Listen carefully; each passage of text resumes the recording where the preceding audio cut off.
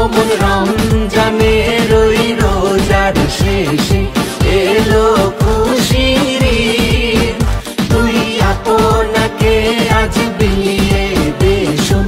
ঈদ মুবারক সবাইকে। ঈদের আনন্দ সবার মাঝে ছড়িয়ে পড়ুক। ঈদের দিন সকাল সকাল ঘুম থেকে উঠে আমি শুরু করে দিলাম বাচ্চাদেরকে সাজানো, মানে ঈদের জামা কাপড় পরিয়ে বাচ্চাদেরকে রেডি করে দিচ্ছি আর কি। মাশাআল্লাহ, ঈদের আউটফিটে কিন্তু সবাইকে অনেক বেশি সুন্দর লাগতেছিল। আর ঈদের দিন সকাল হতেই কিন্তু বাসায় রান্না বান্না একদম শুরু হয়ে গেছে। গরুর মাংস, মুরগির মাংস সবকিছুই রান্না করা হয়েছে। এই তো এখন আমি নিজেও রেডি হয়ে চলে আসলাম। আর সবাইকে রেডি করার পরেই কিন্তু আমি সবার লাস্টে গিয়ে রেডি হই। আর ঈদের নতুন জামা কাপড় পরার পাশাপাশি কিন্তু আরেকটা মজার বিষয় আছে, সেটা হচ্ছে সালামি তোলা। তো আমি যেহেতু ওদের থেকে বড়, সেই জন্য ওদেরকে আমি কিছু সালামি দিচ্ছিলাম। আজকে যেহেতু ঈদের দিন, সেজন্য ভাবছি যে আমার গ্রামের বাসা থেকে অল্প কিছুক্ষণ সময় ঘুরে আসবো। যেই বলা সেই কাজ, একটা গাড়িতে উঠে বেরিয়ে পড়লাম গ্রামের উদ্দেশ্যে। গৌরীপুরে আসার পর থেকে বাড়িতে কখনো ঈদ করা হয় না, সবসময় নানুর বাসায় ঈদ করি। তবে ঈদের দিন আমি অল্প কিছুক্ষণের সময়ের জন্য হলেও আমার বাড়িতে যেয়ে ঘুরে আসি। তারপর রায়পুর স্টেশনে চলে আসলাম। গত ভিডিওতে যখন বাড়িতে এসেছিলাম অনেকে জানতে চেয়েছিল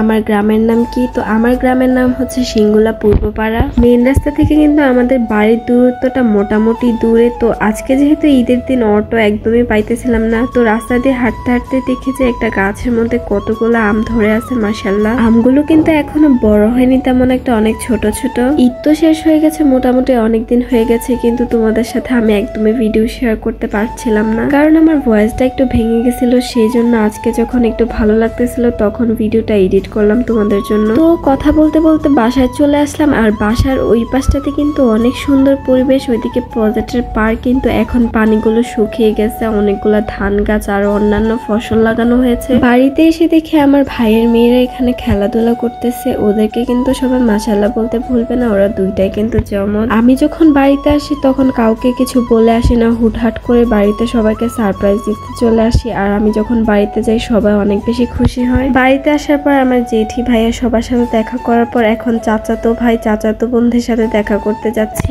ওরা তো আমাকে দেখলে অনেক বেশি খুশি হয়, সেই জন্য বলেও আসেনি, একদম সারপ্রাইজ দিতে চলে আসলাম সবাইকে। আমরা হালকা পাতলা নাস্তা খাওয়ার পর এখন বাড়ির পিছন যাচ্ছি। ওইখানে আমার কাকাতো ভাই হচ্ছে একটা মাচা বানিয়ে রেখেছে, সেখানে বসে কিছুক্ষণ বিশ্রাম নিব। আর এরকম মাচার মধ্যে বসে থাকতে আমার অনেক বেশি ভালো লাগে। তবে বাতাস থাকলে আরো বেশি ভালো লাগতো, কারণ এখানে অনেক বেশি রৌদ্র ছিল। বিকালে হয়তো আরো বেশি ভালো লাগে। এখানে বসে বেশ কিছুক্ষণ সময় কাটিয়ে নিলাম। আর তোমরা রায়পুরের কে কে আছো অবশ্যই কমেন্ট করে জানিয়ে যাবে। অনেকক্ষণ তো হলো সবার সাথে দেখা করলাম। ঈদের দিন তো আরো ঘোরাঘুরি করতে অনেক বেশি ভালো লাগে, সেজন্য আমাদের বাড়ির পাশে হচ্ছে একটা পার্ক আছে। তোমরা অনেকে এই পার্কটাকে চিনে থাকবে, এটা পুঠিয়া পার্ক নামে সবাই চিনে থাকো। তো এখন হচ্ছে আমি বাড়ি থেকে বের হয়ে গেছি, ওই পার্কে আমরা ঘুরতে যাব। যেহেতু অনেক বেশি গরম পড়েছে, সেজন্য যাওয়ার সময় একটা আইসক্রিম কিনে নিয়েছি। ছোটবেলা যে আইসক্রিম গুলো কত মজা করে খেতাম। তো আমাদের বাড়ির এখান থেকে পুঠিয়া পার্কটা অনেক বেশি কাছে, সেজন্য হেঁটে হেঁটে চলে যাচ্ছি। আর এখান থেকে অটোও পাওয়া যায় না ওইখানে যে যাব। দেখো এখানে পরিবেশটা কত বেশি সুন্দর। তোমরা যারা পুঠিয়া পার্কে ঘুরতে আসবে অবশ্যই এই পর্যটন পার্কগুলো হেঁটে যাবে, কারণ এখানে গেলে অন্যরকম একটা শান্তি লাগে।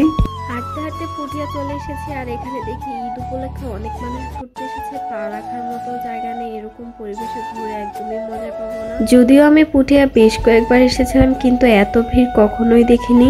রাস্তাঘাটে সিএনজি অটোগুলো একদম জ্যাম লেগেছিল, মানুষ হাঁটার মতো জায়গা নেই। সেজন্য এই পার্কটাতে ঘোরার মোড একদমই চলে গেছে। এখন একটা অটো দিয়ে রায়পুর চলে যাব। অটো দিয়ে এখন রাস্তার মাথায় চলে যাচ্ছি। আর অটোটাও অনেকক্ষণ থেমে থেমে যাচ্ছিল, কারণ রাস্তাগুলোতে একদমই জ্যাম লেগেছিল। দেখো পুঠিয়ার ভিতরে যে কত মানুষ। যাই হোক, আজকে ভিডিওটি ছিল এ পর্যন্তই। তোমাদের কাছে যদি ভিডিওটি ভালো লেগে থাকে অবশ্যই লাইক কমেন্ট শেয়ার করবে। আর আমার পেজের পরবর্তী আপডেট পেতে ফলো দিয়ে রাখবে। সবাই ভালো থাকবে, আল্লাহ হাফেজ।